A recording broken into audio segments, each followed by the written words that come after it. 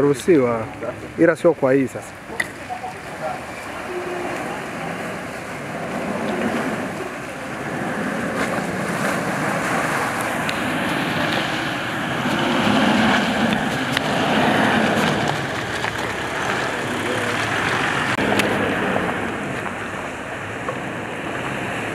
Barabara kero kweli. Hiyo barabara kero. Si mmeiona huko? Barabara kero. Yaani shida. Magari hatupitishi, kama tunasafirisha mipunga tunapata tu shida. Maana mashamba yote yako huko. Ni changamoto kubwa sana. Ni changamoto nzito. Ambayo tunagharimu tena wa pikipiki, hata ukiomba gari ili kusafirishie ni shida, gari halipiti. Kwa upande wa changamoto wa barabara ama kwa jumla miundombinu imekuwa ni changamoto sana.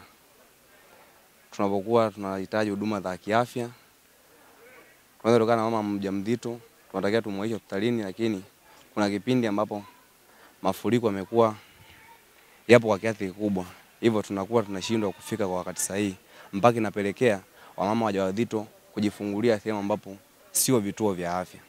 Changamoto nyingine ipo kwenye sekta ya biashara kiufupi.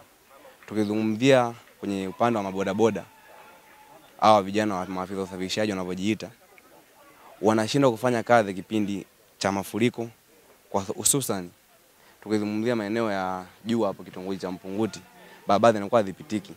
Maji yanafika mpaka ule usawa wa siti za pikipiki. Hivyo vijana wanashindwa kujitafutia riziki zao kwa sababu ya changamoto ya barabara.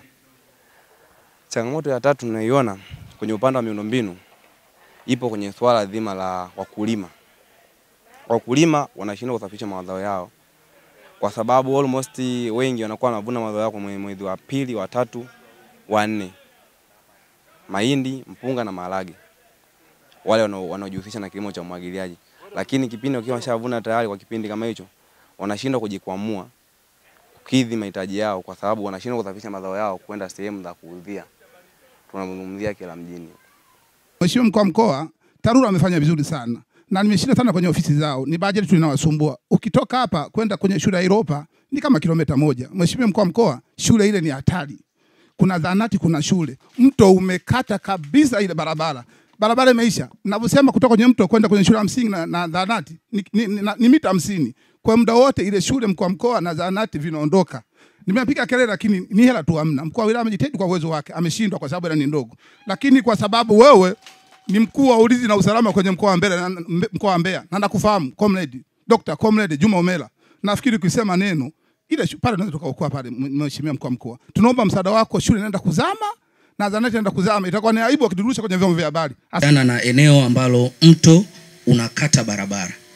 Ni kweli kwenye bajeti ya mwaka wa fedha 23-24 tulianza kuona kwamba mto unakuja kwenye eneo hilo na unakata kona. Wewe ni mna mpango wote wa kujenga hapo? Kwenye eneo hilo imekuwa changamoto kidogo kwa sababu eneo lililobaki ni finyu na eneo lililobaki ni wananchi.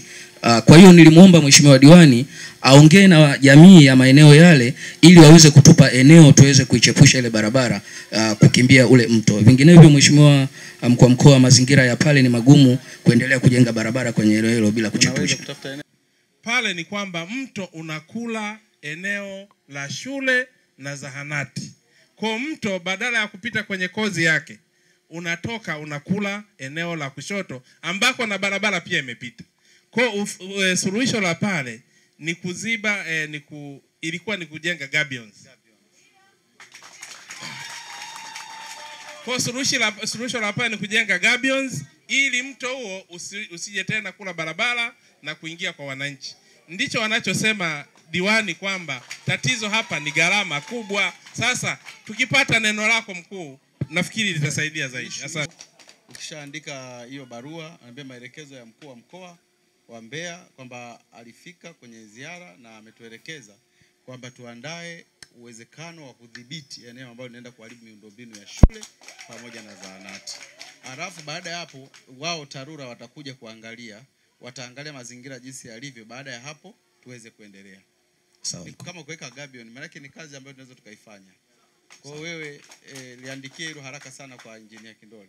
Sawa mkuu. Hayo ndo maelekezo yangu. Yaani hakikisheni mnakamilisha. Tutakamilisha. Yaani hakikisheni mnakamilisha. Maana tunaweza tukatoka hapa mkaacha wananchi wanahangaika. Umeelewa mzee? Nimeelewa mkuu. Yaani kazi yako, kipimo kimoja hapo cha kazi yako ndo pale. Sawa. Ukifeli pale rafiki yangu, yaani rafiki yangu, hata ukiwa mzuri vipi, itabidi tu rafiki yangu safari na kuuza.